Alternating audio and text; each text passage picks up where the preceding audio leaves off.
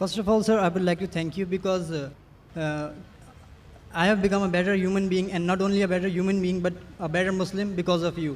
And undoubtedly, it is Allah who provides the heat, but for me, you were the source of that heat.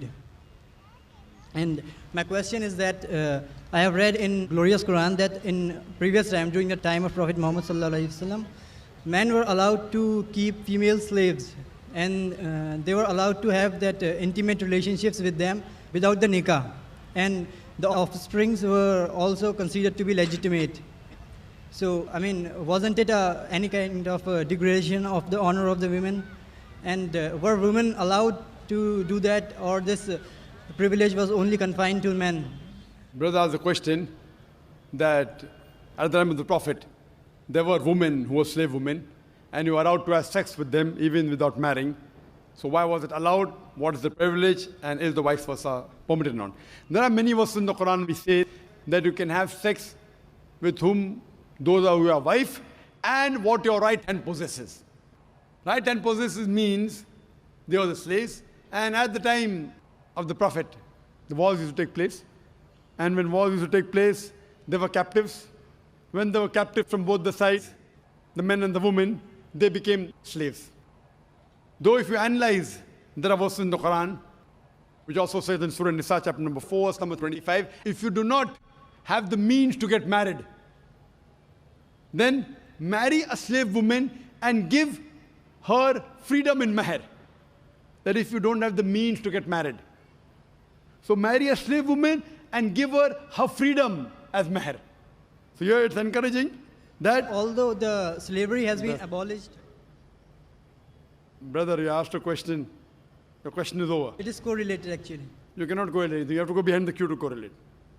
You asked the question, we heard your question, it was long. If we start correlating always, non-Muslims are allowed.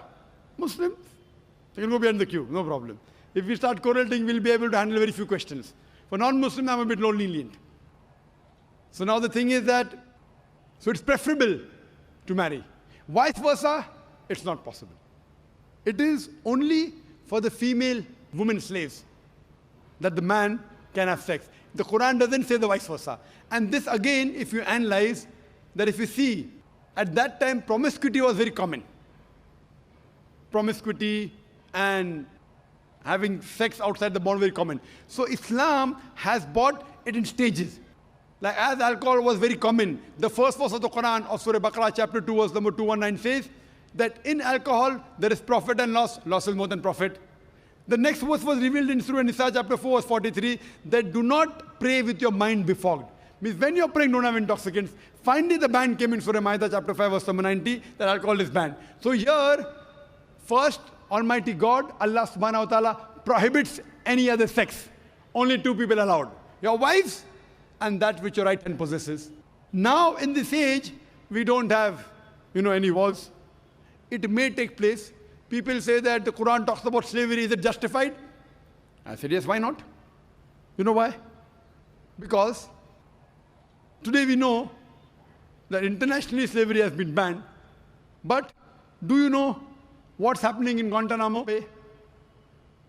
Due to the laws of UN resolution, how they treat the prisoners of war.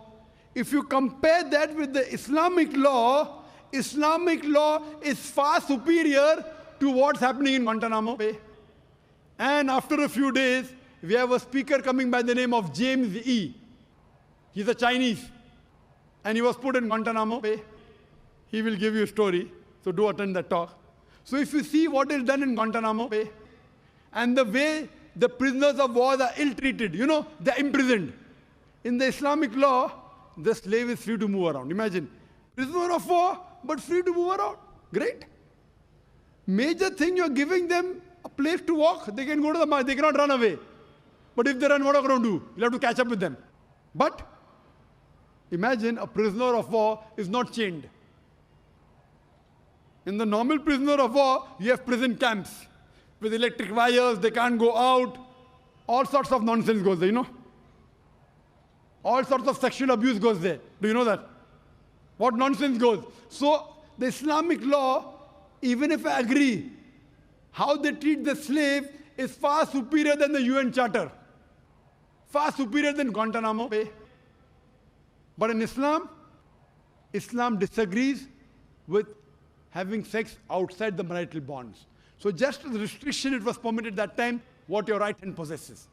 But preferable is, as it goes further, that give their freedom in mahr and have sex with them, that's preferable. Hope that answers the question. Thank you, sir.